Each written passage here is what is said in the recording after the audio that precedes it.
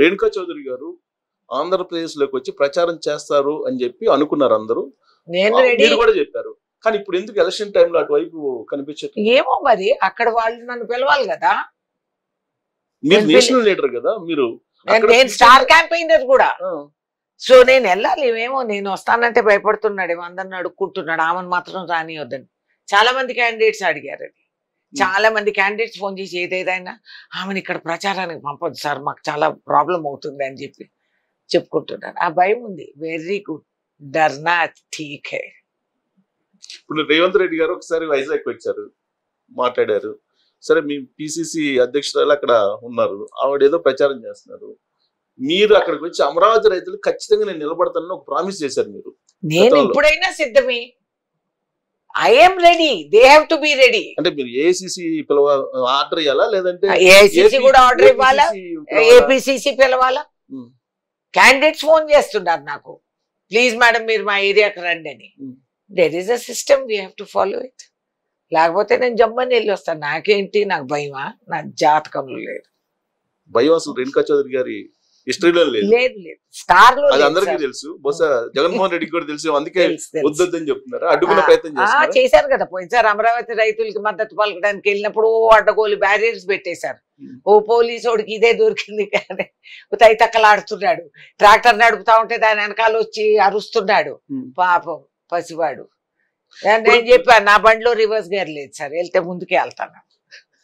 Latest ఏంటి madam? Latest ఏంటంటే అక్కడ జరుగుతుంది ప్రధానంగా వివేకానంద రెడ్డి మర్డర్ కేసు, తర్వాత జగన్మోహన్ రెడ్డి కేసులకు సంబంధించి ఈ మధ్య Ponnolu Sudhakar Reddy additional advocate general ఆయన వచ్చి కాంగ్రెస్ పార్టీ చార్జ్ షీట్ లో ఎఫ్ఐఆర్ లో రాజశేఖర్ రెడ్డి పేరుని పెట్టించింది ఆ పార్టీ అని చెప్పి చెప్తున్నారు. బట్ షర్మిల ఏమంటుంది, లేదు లేదు జగన్మోహన్ రెడ్డే కావాలని ఈ చార్జ్ షీట్ లో పెట్టించారు రాజశేఖర రెడ్డి పేరుని అంటున్నారు. ఎవరిదో నిజం మీకున్న సమాచారం ప్రకారం? ఏమండి, షర్మిల ఎవరు? రాజశేఖర రెడ్డి కుమార్తె కదా కాదంటున్నారు. మళ్ళీ రాజశేఖర రెడ్డి కుమార్తె వీళ్ళ జాతకాలు కూడా మార్చేశారా? ఆల్రెడీ పుట్టుపూర్వతాలు మారిపోయినాయి అనమాట. చెప్పారు కదా, వాళ్ళే చెప్పారు. వాళ్ళు అలాగే చెప్పారు. వైఎస్ఆర్ కాంగ్రెస్ పార్టీ వాళ్ళు తాడేపల్లి వాళ్ళు అలాగే వాళ్ళకి అలవాటే. వాళ్ళ ఇంట్లో వాళ్ళు ఎవరికి పుట్టారు ముందు తెలుసుకోమనండి, ఇట్లా బాగే ముందు ఒక ఆడపిల్ల గురించి. ఓకే, సో ఫస్ట్ వాళ్ళ జాతకాలు ఏదో తెలుసుకొని మళ్ళీ వచ్చి బజార్లో మాట్లాడమనండి.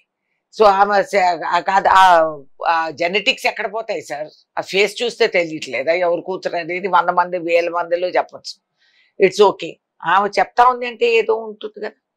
ఇంట్లో ఉన్న గుట్టు మాకేం తెలుస్తుంది బయట వాళ్ళకి? అని ఇన్ని సంవత్సరాలు లేని ఇప్పుడు కనిపించింది ఆ కాంగ్రెస్ పార్టీ పేరు ఛార్జ్ షీట్ లో మేము పెట్టించామని చెప్పుకోవడానికి. ఇవన్నీ వంకలు, విచిత్రమైన కథలు. అమరచిత్ర కథ అనేవో కథలు ఉండేటివి, దాంట్లో కనీసం ఒక మారల్ ఆఫ్ ద స్టోరీ ఉండేది. ఇక్కడ ఇమ్మోరల్ స్టోరీస్.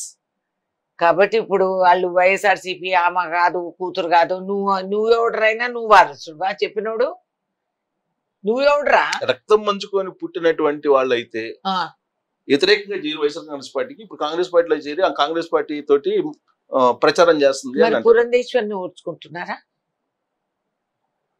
నందమూరి తారక రామారావు గారి అమ్మాయి కాంగ్రెస్ పార్టీలోకి వచ్చి ఇప్పుడు బీజేపీలోకి పోయారు, అది పర్వాలేదా? అది ఓకే, కానీ అట్ట కాదు కదా. కాంగ్రెస్ పార్టీ ఛార్జ్ షీట్ లో పెట్టించింది రాజశేఖర రెడ్డి పేరు, మాకు సంబంధం లేదు కదా. ఛార్జ్ షీట్ ఎవరు పెట్టించారు? ఇప్పుడు నువ్వు చెప్పి నువ్వు ప్రూఫ్ చేయి. ఇవన్నీ ఊరికే రాపిస్తే కాదు, ఫోర్జరీ డాక్యుమెంట్స్. నీకు పెద్ద ఎక్స్పీరియన్స్ ఉందని మాకు తెలుసు. So don't talk like that. నువ్వు ప్రూఫ్ చేయి. నేను చెప్తాను 190 కథలు చెప్పను ఆయన గురించి. నేను చెప్తా. నాకు వివేకానంద రెడ్డి నా దగ్గరికి వచ్చారు, ఆయన చెప్పారు నన్ను వీళ్ళు కూనీ చేపిస్తారు మేడం నీకు తెలియదని. నా దగ్గర వాస్తవాలు ఉన్నాయి, నేను చెప్పనా? మర్డర్ కావడానికి ఎన్ని రోజుల ముందు మేడం? అది కొద్ది మోర్ దెన్ సమ్ ఇయర్స్ ముందు చెప్పాడు మేడం వీళ్ళు నన్ను చంపేస్తారు. నేను అప్పుడు ఆయన్ని తీసుకెళ్లి ఎక్కడో తీసుకెళ్లి అదంతా కూడా చెప్పించాను.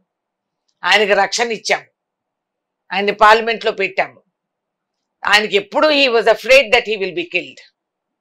అలాగే జరిగింది. వాళ్ళ అమ్మాయి చెప్తూ ఉంది, వినండి. ఎప్పుడు వీళ్ళు చెప్పేవే కరెక్ట్ అని మీరు ఎట్లా నమ్ముతున్నారు? వీళ్ళు ఎప్పుడన్నా నిజం చెప్పారా? తల్లిని కత్తిరించి చెల్లిని పంపించి బాబాయిని మర్డర్ చేసి 10 సంవత్సరాలు నువ్వు బెయిల్ మీద జైలు పక్షి, నువ్వు చెప్పేది నేను వినేదా? అవ్వా, అది మరీ ఇంకా ఇన్సల్టింగ్. ఎవరో పెద్ద మనిషి చెప్పారు, గురువు గారు వచ్చారు, వాళ్ళు చెప్పారంటే చేతులు జోడించి అవును అనొచ్చు. కానీ ఇన్ని దొంగ మాటలు చెప్పే వాళ్ళని వీళ్ళ చరిత్ర అన్ని తెలిసి కూడా అంత పిచ్చోళ్ళు వింటే రిగ్రెట్ఫుల్, వెరీ సారీ. రిమోట్ అంతా కాంగ్రెస్ పార్టీది చంద్రబాబు నాయుడు దగ్గరే ఉంది అనేది ఆయన లేటెస్ట్ గా చేసిన కామెంట్. జగన్మోహన్ రెడ్డి పాపం ఎందుకంత భయపడుతున్నాడు. చంద్రబాబు నాయుడు చేతిలో కాంగ్రెస్ రిమోట్ ఎందుకుంటుంది సార్? ఉంటే మేము కలిసి పోటీ చేసిండే వాళ్ళం కదా. చక్కగా ఆయన బీజేపీతో చేస్తున్నాడే, నాతో కాదుగా. మరి అదే మీ క్వశ్చన్, నీ పెత్తనం ఏంటి బీజేపీతో? నువ్వు కదా సరాపరా అని చెప్పి అక్కడికి వెళ్ళి కూర్చున్నావు. నీకు అవసరం వచ్చినప్పుడల్లా, కేసులు ఇది వచ్చినప్పుడల్లా నువ్వు అటు పరిగెత్తావు.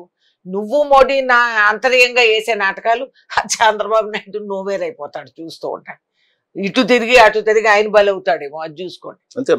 మా దగ్గర రిమోట్ ఉందా, వాళ్ళ దగ్గర రిమోట్ ఉందా, అది తర్వాత మాట. ముందు జగన్మోహన్ రిమోట్ ఎవరి దగ్గర ఉంది అది తెలుసుకోండి. అది బీజేపీ చేతుల్లో ఉంది. కేసులు ఎక్కువ తోక ఉగులాడిచ్చి వ్యతిరేకం చేసావంటే నిన్ను కట్టు. రేపు నీకు సీట్లు గెలవాలంటే నీకు వాళ్ళ అవసరం, మా అవసరం కాదు. కాబట్టి Babu does not need Congress, Congress does not need Babu. We're capable of fighting our own fights. వీళ్ళిద్దరు సెట్టింగ్ ఫిట్టింగ్ చూసుకోండి. ఒకనొక సందర్భంలో పోస్ట్ ఎలక్షన్స్ అవసరం అయితే మేము సంకీర్ణ ప్రభుత్వానికి మద్దతు ఇస్తాము అని చెప్పి జగన్మోహన్ రెడ్డి ఏదో కాంగ్రెస్ పార్టీకి సంబంధించిన కీలక లీడర్కి హామీ ఇచ్చారని తెలుస్తుంది. వారు వీరవుతారు, వీరు వారవుతారు. ఎలక్షన్స్ లో, పోస్ట్ ఎలక్షన్స్ ఏదైనా అవ్వచ్చు.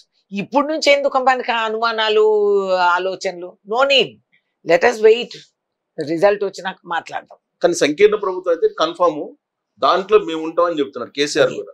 అవును, ఎవరికైనా ఇప్పుడు ఒడ్డెక్కాలి కదా సార్.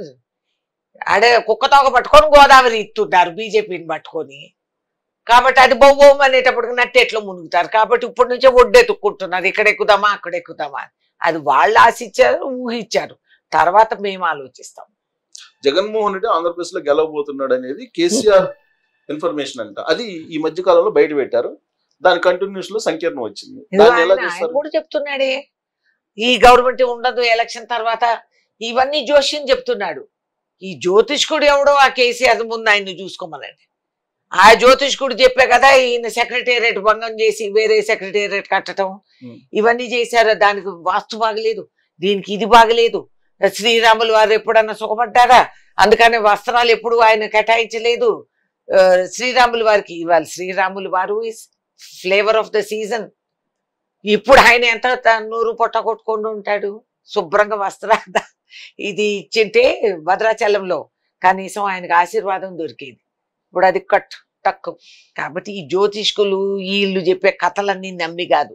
నువ్వు వంకాయలు, బీరకాయలు, సొరకాయలు పెంచావు నీ ఫామ్ హౌస్ లో, ఎంత లాభం వచ్చేసింది రైతాంగానికి అని చెప్పిన నాదుడు కొంచెం దిగిరండి. ఇంకా వచ్చి బయటకు మీరు మీ అబ్బాయి గారు కొంచెం మాట్లాడితే, ఆయన ఇంకా సినిమా స్టార్, ఆయన ఆటో ఎక్కి తిరుగుతున్నాడు. నిజమే పాపం.